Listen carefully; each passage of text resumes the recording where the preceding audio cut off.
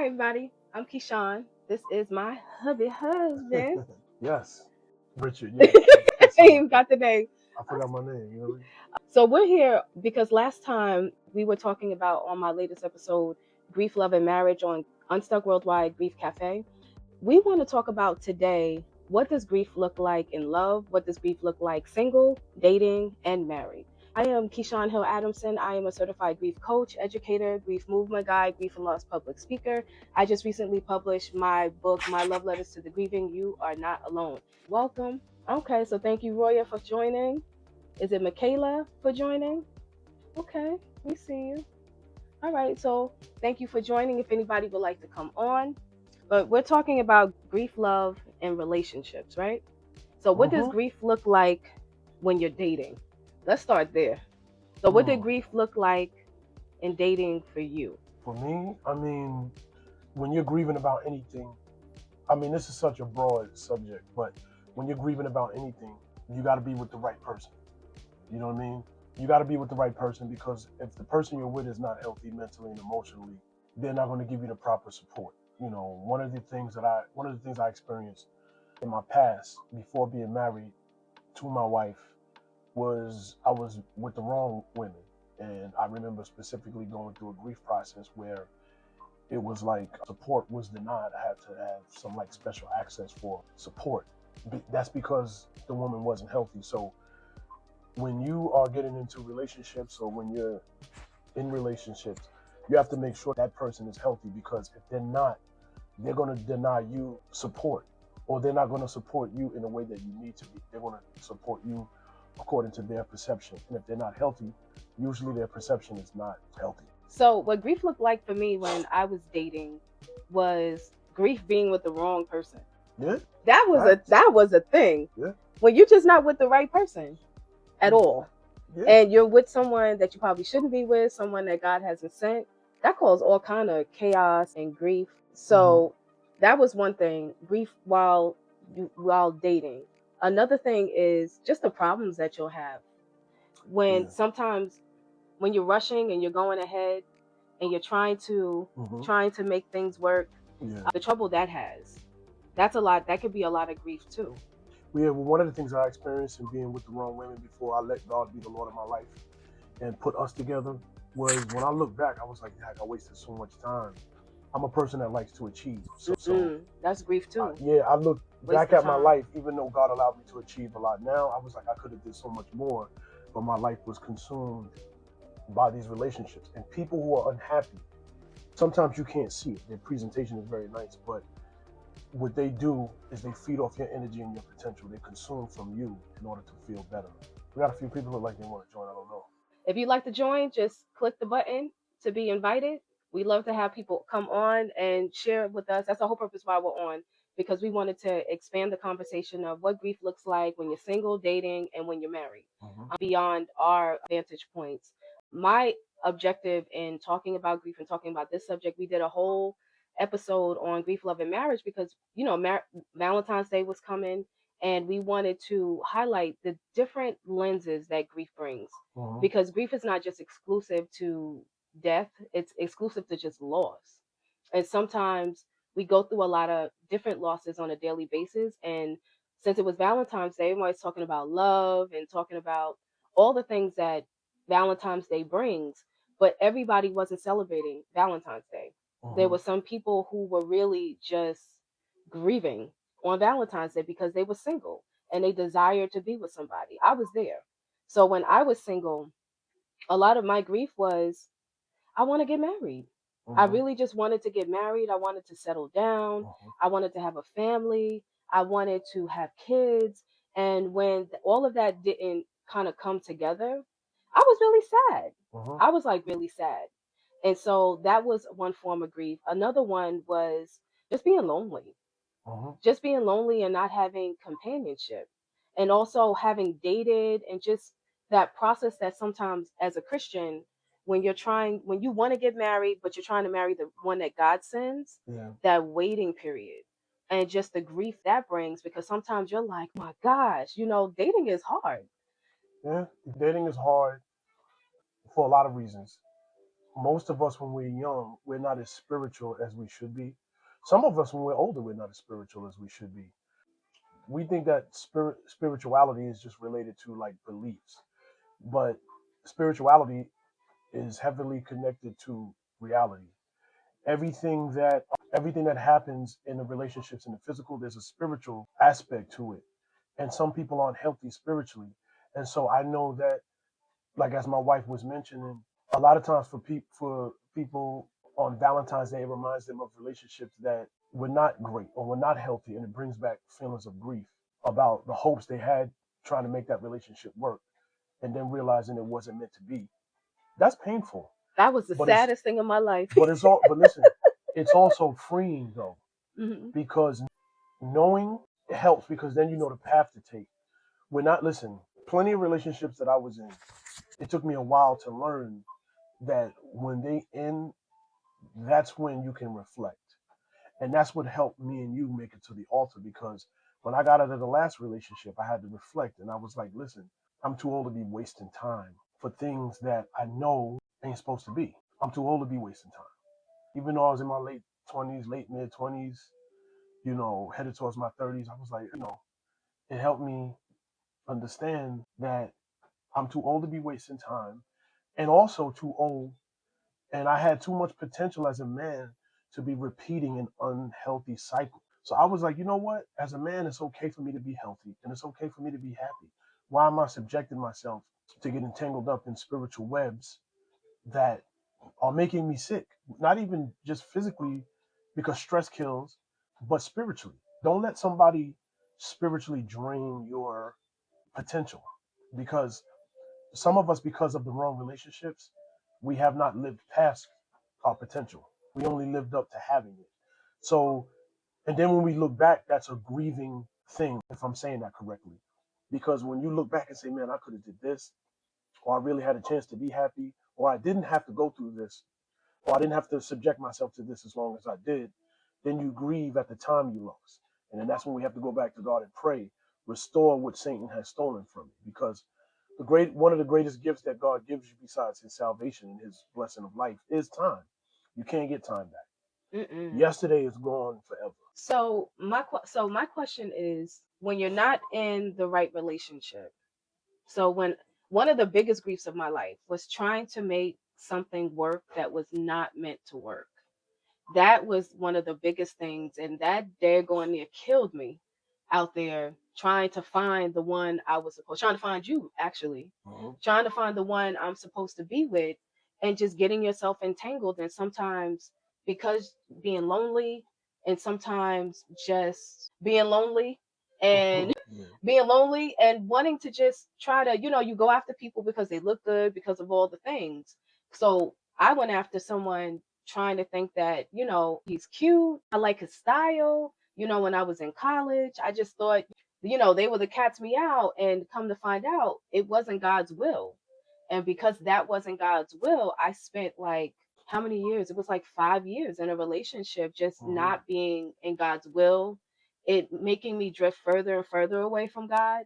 And not being in alignment meant that I allowed the devil free access to attack me in certain areas. Yeah. So just not being in God's will in a relationship I wasn't supposed to be in caused me not just heartbreak, it caused just an Yeah. ungodly soul tie, you Yeah. name it. Like everything went wrong. And God, all that time, He was trying to prevent. It was the biggest heartbreak of my life. Uh-huh. It was one of the biggest heartbreaks of my life, just trying to find someone. And then when that relationship didn't work. So last episode, we talked about anticipated trajectory, what you foresee in your future. Uh-huh. So that in of itself is grief. When you have in your mind this plan is supposed to go a certain way and it actually doesn't go that way, Uh-huh. the heartbreak and the grief that causes, because you're looking to get married to this person, you're looking to start a family with this person, and then that doesn't work. Uh-huh. And now you're back to square one again. So in the dating scene as a man, what was the biggest grief that you encountered being single? Well, in my younger days, and you know this because you're married to me, I was always passed up for the guy who was perceived as more of a challenge, for the guy who had swagger. Because as a black man, you gotta have swagger and all of this stuff. Um, the biggest grief was women not seeing me for who I was. It was always according to their perception. And I learned that a lot of women's perception is their projection. So that was grievous because it's like I kind of felt like I got to protect myself from their projection because a lot of their projection came from men that they were with previously. So I was wearing, The scarlet letter. yeah, I was wearing the scarlet letter from men that they've been with previously. And so that caused me grief because that kept me single. I ran into so many women who had fantastic, qualities and potential and everything, but they were drained by the time they got to me. And then, I was a lot of women's rebound because it was like I didn't present that excitement or, whatever it was. But see, the thing with me though is I was okay with who I was. I was a little rebellious in a good way though. I felt like I needed my own identity, so I didn't want to change. So that kept me single. But I think that was good. So the part that was grievous to me is just the grueling process of getting to Mrs. Right, which was you. I'm Because Mrs. Right. because you know what I'm saying? I noticed you from the beginning. Like before I started dating and met any of these other women, like you were the one I noticed. But, at that time you were with somebody else. So then, I went off to school and then got the independent record deal and, I got a car, things started picking up for me. And then I started getting this attention that I wasn't used to, but it was superficial. It wasn't because of who I was. It was like now Richard seems like he got things going now. So that was confusion for me. And that kept me single. Now I did have relationships, but I think one of the most grievous things for me was I looked to women that were older than me. I didn't really want to be with younger women. I know a lot of guys I grew up with, they like younger women, but I felt like being with a woman who was my age or older was showing me how much of a man I am. But the disappointment is that I realized that some older women could think just like younger women. And I was If like, not worse. really? You know what I'm saying? So it was So that was that caused disappointing. me grief. And then usually that contributed to me being single because I was like, maybe it's just not meant to be right now. And so I had a lot of roller coaster experiences, but now that I reflect on them, and let me just say this, I had my issues too. I had to learn to. I had my past. When I was in doing music, I was a wild boy. You know what I'm saying? I started getting attention that I was not used to, so I did not handle that well. What did that look like? That looked like me being irresponsible. That looked like me making a lot of poor decisions, even though I had a good heart. That there was no question about that. My parents raised me to want to be a husband. Look at the camera. My parents raised me to, be a man, be committed to a woman and stuff like that. And that's what I wanted in the beginning. But once I felt like I wasn't appreciated, and then I started to get this attention that I never got before, that threw me way off spiritually, everything. So when God sent you into my life when it was time, that I've been grounded ever since. But during that period of being single and learning how to be appreciated, because men are not taught how to be appreciated. We're not. Mm-hmm. That was grievous because there were so many parts of me that was grieving because emotionally I was starved. I wasn't, we're not, men are not taught to be emotionally nurtured. That's why men and women clash at when women are trying to love men in a certain way. And then, like I said, I was with women, honestly, that took advantage of me or tried to emotionally and mentally. So my guards were up. So there was I say that all to say there was all types of stuff going on with me. It was just all, what I'm saying? My life was just, as far as like a career and, vocationally and education, that was cool. I knew where I wanted to go. I knew what I was doing. But that's only one aspect of life. When it came to relationships, it was very difficult for me to be spiritually grounded with a woman because I had so many different experiences. So I grieved that time that I lost. So for those of you that are just jumping on, we're talking about what does grief look like in love. So that's single, dating, marriage. The reason why we're talking about this is because we just did an episode which you can find on YouTube at unstuck underscore worldwide on grief, love, and marriage. We did it in honor of Valentine's Day, and I am a certified grief coach, educator, grief movement guide, grief and loss public speaker. So my life's mission is to spread grief literacy. And the reason why I'm having this discussion about grief and relationships and grief and love is because too much attention is paid on thinking that grief just has to do with death. Mhm. But there are 1,000 losses that happen in our lives every day, and they happen around love. They happen around relationships. They happen around marriage. They happen in divorce. They happen into estrangement. There are thousands of different type of losses we go through. And a lot of times, most of us want either are single, wanting to get married, dating with the hopes of getting married, or married and trying to figure that thing out. And a lot of times there's a lot of misinformation about what love looks like. And love is not always pretty. And so this is why I'm expanding the conversation. Grief Cafe is sharing the life, love, legacy, laughter of those who have transitioned on, but also giving the flowers to those who are still living. So I wanted to have this discussion, especially with my husband, because we have such a profound dating, courtship, leading up to marriage. It is, I mean, I think we have the greatest love story ever told, like that has never been told. Because as Christians and as people, when I got with my husband, I had I gave a vow to God I wanted to do it different. I did not want to do the same thing that I did in my other relationships because I almost lost my life in those other relationships, being with the wrong person and just trying to make things work. I was really like, by the time before my husband came, that last relationship, it almost killed me.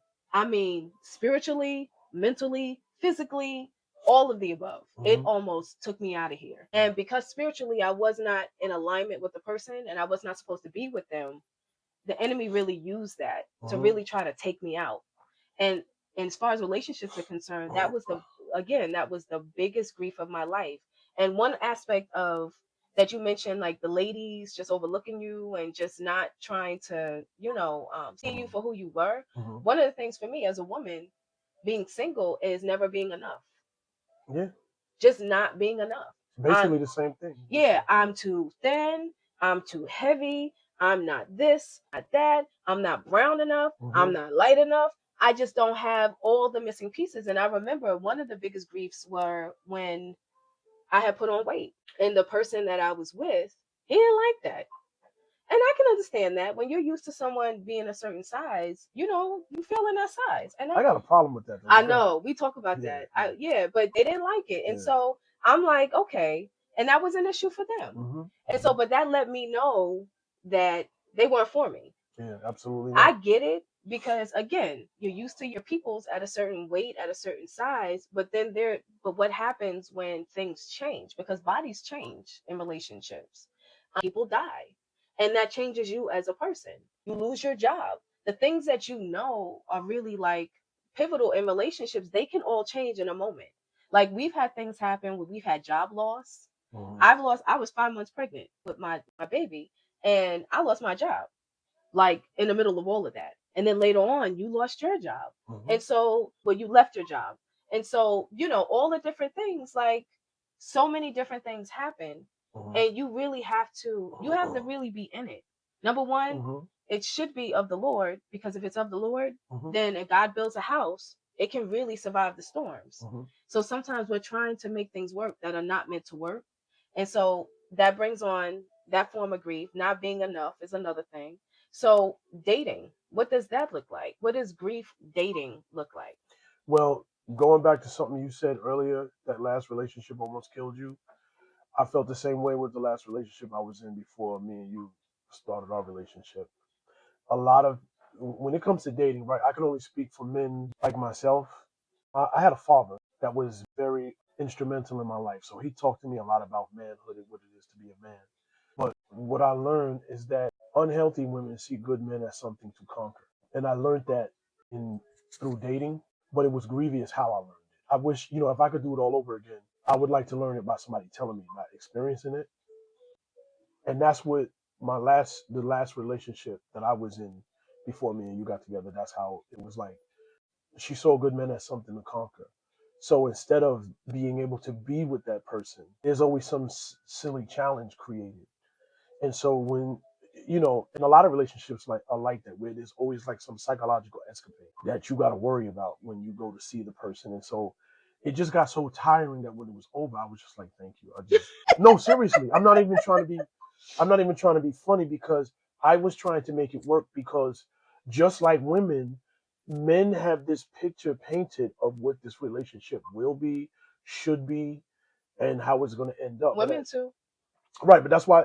But see, they always talk about that with women, but they don't talk about that with men. So what was that? What did that look like for you? I had this picture or this fantasy of what this relationship was supposed to be like. And my biggest enemy is not the women or not the people. It was my own imagination. And that's why I say we have to be more spiritual because our imagination will tell us things that could be good, but they're not real. Yeah. It would be nice if all relationships were meant to be and worked out. That's a nice thought. However, it's not real. And I remember talking to one of my mentors in the music business when at that time when I was doing music. And he said to me, matter of fact, you met E. You know, we was coming through Mount Vernon. Yeah, you know. He said to me, he was like, Rich, sometimes you gotta remove the picture that you painted that you would like it to be. He said, sometimes you gotta say that this is just what it is. Right? It is what it is. Right. It's an atomic bomb. It's not a sweet fragrance. And I had to look at it. I'm like, yeah, these dynamics are creating an atomic bomb of a relationship. So that's when I became more spiritual. And I got more into my Bible and I was trying, I was still having my struggles here and there because, listen, I lived in sin like anybody else. When you met me, I was a mess emotionally. So, but when you came into my life, I was ready. I was like, all right, it's time for change. Like that, I knew. You know what I'm saying? Even though I had to remove a lot of men have to clean out their spiritual hard drive from what the ungodly soul ties have put in them. And so I had to clean all that out. And you was there. We had to pray. We had to go to the altar. But I was ready because I had experienced so much grief. I experienced time loss. You know what I'm saying? Time loss does not You feel can't good. get that back. Yeah. So You cannot get that back. if there's anything, if there's any part to that question I can answer clearer than any other part, right? Because there's so many dimensions to that question, components to it. But time loss hurts. What are your thoughts? We're talking about grief, love. What does grief look like when you're single, when you're dating, and when you're married? So to expand the conversation on Grief Cafe. So thank you for joining us. Write your comments in here. What does grief look like for y'all? This is my husband, Richard Adamson II. I appreciate him coming on. If you have not already, check out Unstuck_Worldwide on YouTube because it is a phenomenal episode on Unstuck Worldwide Grief Cafe. So please check it out. And we'll hope to see you soon. God bless you all. All right. Peace and blessings.